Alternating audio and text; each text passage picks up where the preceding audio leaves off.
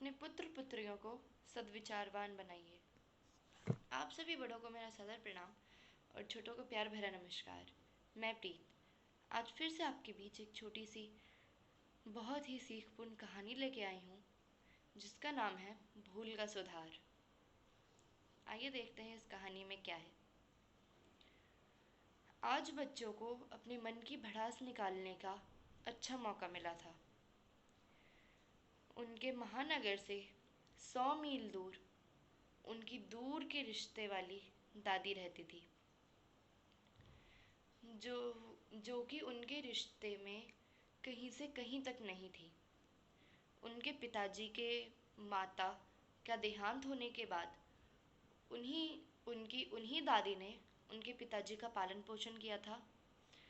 उनके पिताजी और माताजी, उन बच्चों के पिताजी और माताजी उन दादी को बहुत मानते थे। बच्चों में से एक का नाम था वसु और दूसरी का नाम था विश्वा। दोनों ने ही आज सलाह ली, मतलब आपस में सलाह की और दादी का आज जो पत्र आया था उसे पढ़ा और उस पे लिख दिया कि आजकल बहुत काम चल रहा है, पिताजी नहीं आ पाएंगे। आप वहीं गांव में ऐसे सरकारी अस्पताल खुल गए हैं, दवाइयाँ भी फ्री में मिल रही हैं, आप वहीं पे अपना चेकअप करा लो। तो ये बात बच्चों ने उस पत्र में लिख दी और उनके माता पिता के आने पे बच्चों ने उन्हें भनक तक नहीं लगने दी कि दादी का कोई पत्र भी आया था। बच्चों ने यह बात बिल्कुल गुप्त छिपा के रखी। एक दिन उनके पिताजी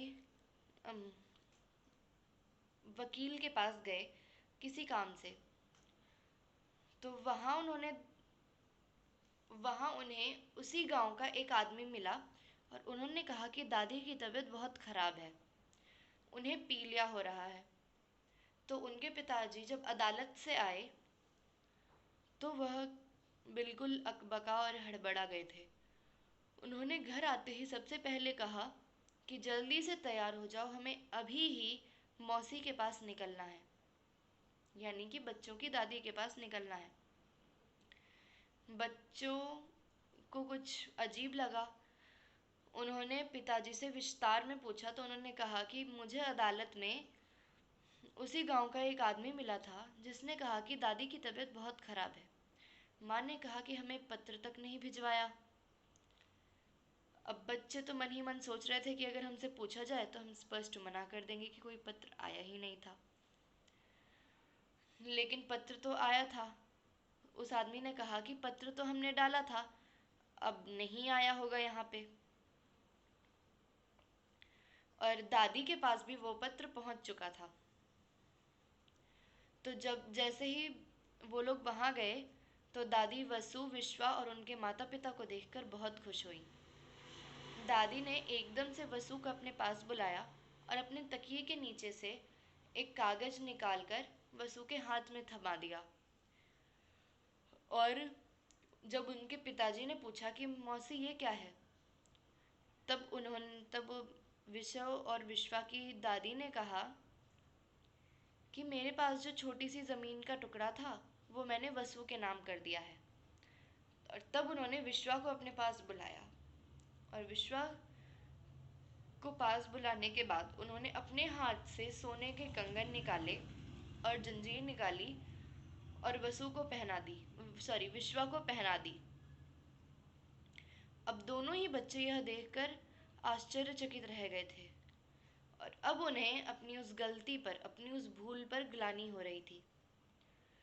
तब वसु और विश्वा की मम्मी ने कहा कि अभी ये छोटी है, इसे नहीं संभाल पाएगी। तब उनकी दादी ने वसु और विश्वा के पापा के हाथ में अपनी साड़ी के पल्लू से कुछ पैसे निकाल करके थमाए और कहा कि ये मेरे क्रियाक्रम के लिए है, इसे संभाल के रखना। और जो मैंने कंगन और जंजीर वसु को, विश्वा को पहनाई है, उससे इसकी विवाह में कुछ बनवा देना। तो उसके पिताजी कहने लगे कि मौसी ऐसे कैसी बात करती हो, तुम्हें कुछ नहीं होगा, तुम अभी हमारे साथ शहर चलोगी और वहाँ मैं तुम्हारा चेकअप कराऊंगा। विशु और विश्वा के पिताजी ने उसी दिन टैक्सी बुला ली और दादी के साथ नगर चले गए। वसु और विश्वा जल्दी जल्दी फटाफट दादी का सामान टैक्सी में रखने लगे। तभी वसु और विश्वा को उनका पत्र मिल गया और उन्होंने वह पत्र चुपचाप से अपनी पैंट की जेब में रख लिया। और जैसे ही वे टैक्सी में चढ़े तो उन्होंने चुपके से वह पत्र निकाला और टैक्सी के बाहर फेंक दिया। उसके बाद वसु और विश्वा शहर में आने के बाद दादी का खूब सत्कार करने लगे और उनका बहुत अच्छे से ख्याल रखने लगे। वह स्कूल से आते ही हमेशा दादी दादी ही रखते रहते। जब वे दूरदर्शन पर टीवी चैनल देखते तब भी दादी को साथ में बिठा लेते और उन्हें समझाने लगते। रात को दादी से कहानियाँ सुनते और शाम में अपनी किताबों से कोई कहानी पढ़ के सुनाते। अब दादी भी बच्चों के साथ बच्ची बन गई थी और यह बदलाव उनके माता पिता को देखकर बहुत आश्चर्य हुआ और प्रसन्नता हुई। तो बच्चों, इससे हमें यह सीख मिलती है कि हमें कभी भी दुर्विचारणाओं का अपने मन में प्रवेश नहीं करना चाहिए। हमेशा हमें सद्विचारवान बनना चाहिए। धन्यवाद।